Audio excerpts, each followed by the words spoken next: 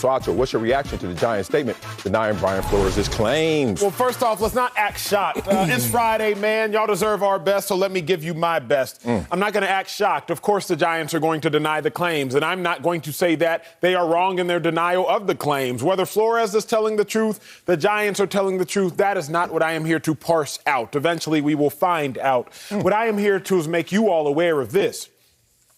Even if the Giants win this battle, this imminent Brian Flores battle, you all have to be mindful of the fact that they have still lost the war. Oh. Even if the Giants have done their due diligence this coaching cycle in finding a qualified head coach and in interviewing a diverse pool of candidates, they have still lost the war. The Giants football organization has been around for 97 years.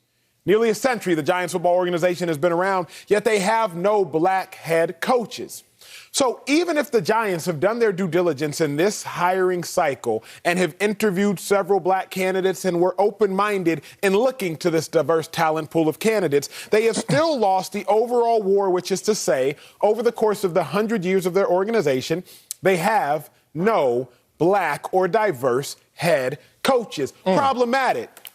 Sel, it's almost as though if my parents were to walk into my house after an extended vacation when I was a child, and they walk into the house and the house is a complete mess. I'm sure you've been in this situation. Hopefully your kid's more behaved than I. But walking into the house a complete mess. You have food all on the floors. You have crayons have been drawn on the white walls, crayon colors. You have pillows on the floors and the blankets out of place. Everything is a mess. My parents walk inside and I say to them, I didn't spill the cup of water.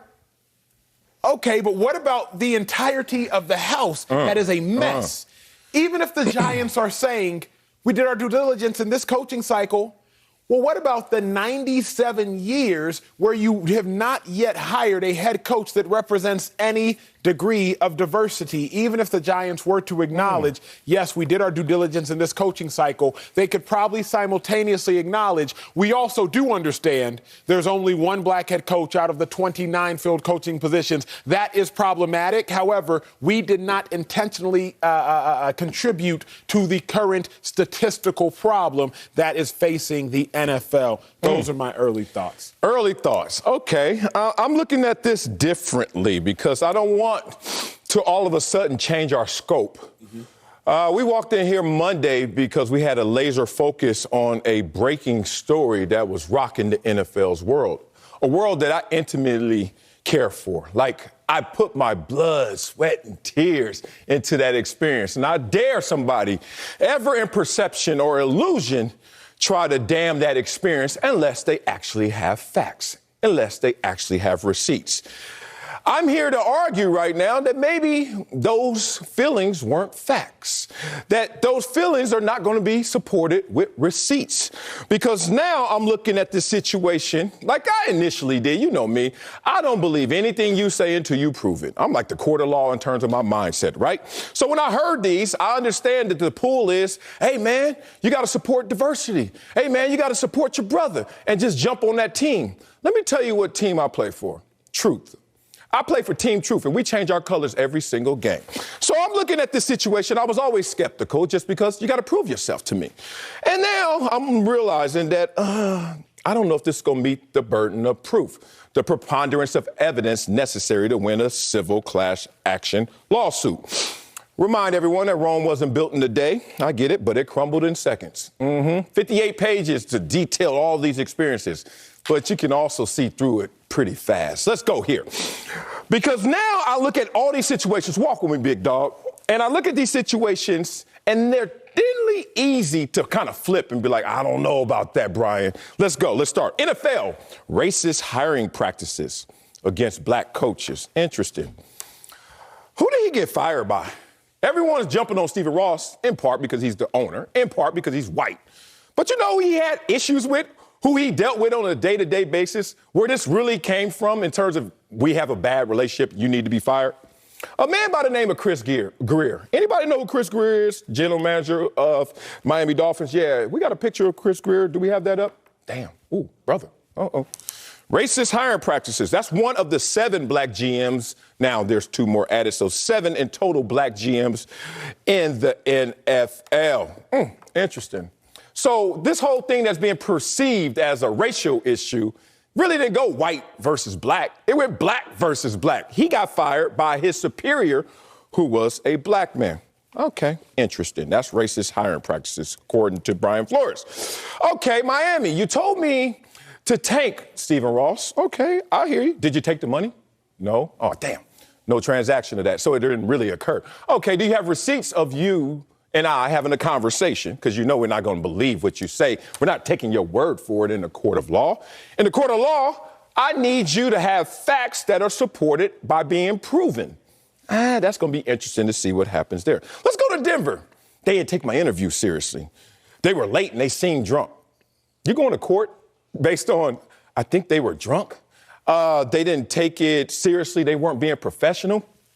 Let's just say I think that falls short of the burden of proof. My last one is the Giants. And the Giants already have come out and retorted and showed some receipts, basically saying you used Bill Belichick and his thoughts on a situation that, one, he is not employed to speak on, and two, he didn't have full knowledge of.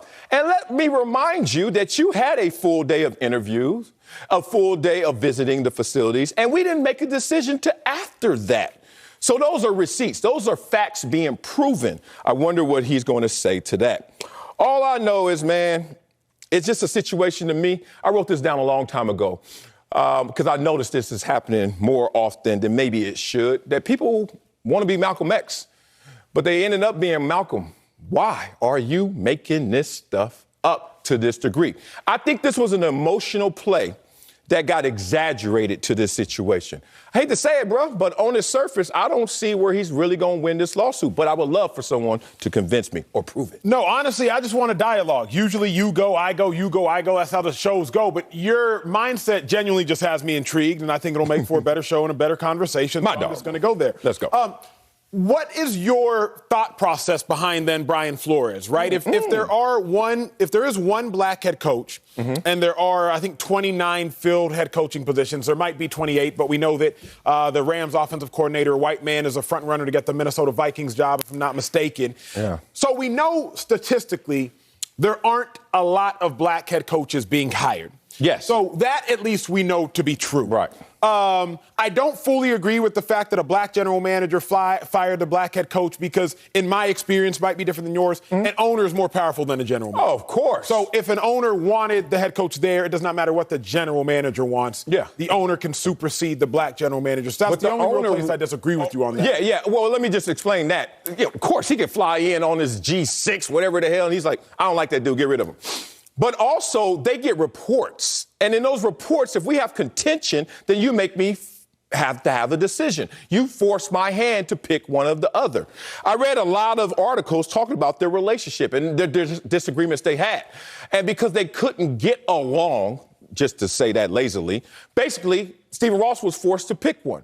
But in that situation of them not getting along, it wasn't Stephen Ross necessarily getting along or not getting along with him. It was you and a black general manager not getting along. And I think that's been misperceived. Fair. But here's another interesting thought, and I think these are layers I haven't seen on any other show. Let's go. If you had to pick the Dolphins general manager or the Dolphins owner, who's done better with their... Yeah, you're right. Yeah, Dolphins general manager or Dolphins coach, thank you for that catch. Who has done better with their job? I would submit Brian Flores has done a better job as a coach than Greer has done as a general manager because look at the Dolphins' primary pick that they've gotten all the attention for and making. Tua. You took Tua before Justin Herbert, which you say Justin Herbert's a top 3 quarterback. I believe he's a top 7 or so quarterback. But either way, Herbert is a talented quarterback. Chris Greer has assembled as a general manager a roster that Brian Flores is doing more with. So even if the Dolphins owner is choosing Greer over Flores, don't you think there's some sort of error in that decision-making? So now the question is, why is there an error in that decision-making? To which I would have to think, again, maybe Flores is up to something. If I am better at my job than you are at your job, but they keep you over me, what's the why? Oh, the why is the mister. We talked about that already. Merit and relationships. Yep. Like, you could be better than someone else that's been in that seat before.